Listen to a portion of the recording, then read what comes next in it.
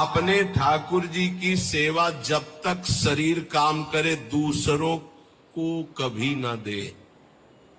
अब यहां ध्यान देने योग्य बात है, जैसे कोई जन्मना सूतक या मरणा सूतक होता है, समझ पा रहे?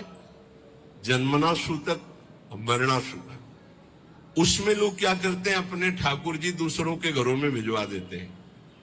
तो क्या आप अपना बच्चा भिजवा सकते हो दूसरों के घरों में? नहीं भिजवा सकते।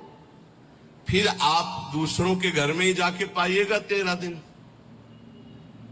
वहां ठाकुर जी पा रहे हैं और तुम अपने घर में पा सकते हो क्या? क्योंकि बिना ठाकुर जी का भोग लगाए तो हम पा नहीं सकते।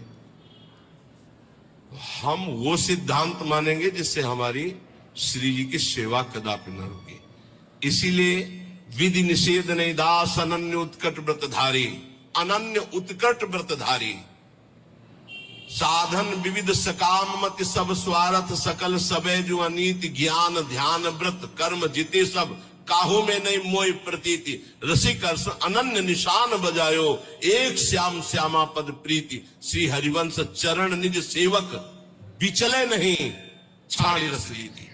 ये हमारी रस रीति है कि हम आठों पहर श्री जी को दुलार करेंगे, कोई जन्मे या पधारे, हमारी सेवा में कोई फर्क नहीं पड़ने वाला। हम दूसरों के यहाँ हुए 13 उत्सव में अब भोग नहीं लगाएंगे, लेकिन हम अपने घर में अगर कोई जन्मता है पधारता है, उस पर कोई फर्क नहीं पड़ेगा।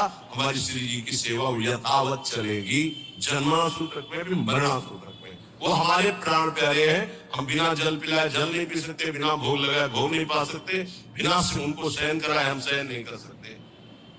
ये पद्धति वैष्णव वही जिसके घर में ठाकुर सेवा हो। और तीसरी बात, जब तक हमारे शरीर में दम है तो हमारी ठाकुर सेवा कोई और नहीं कर सकता।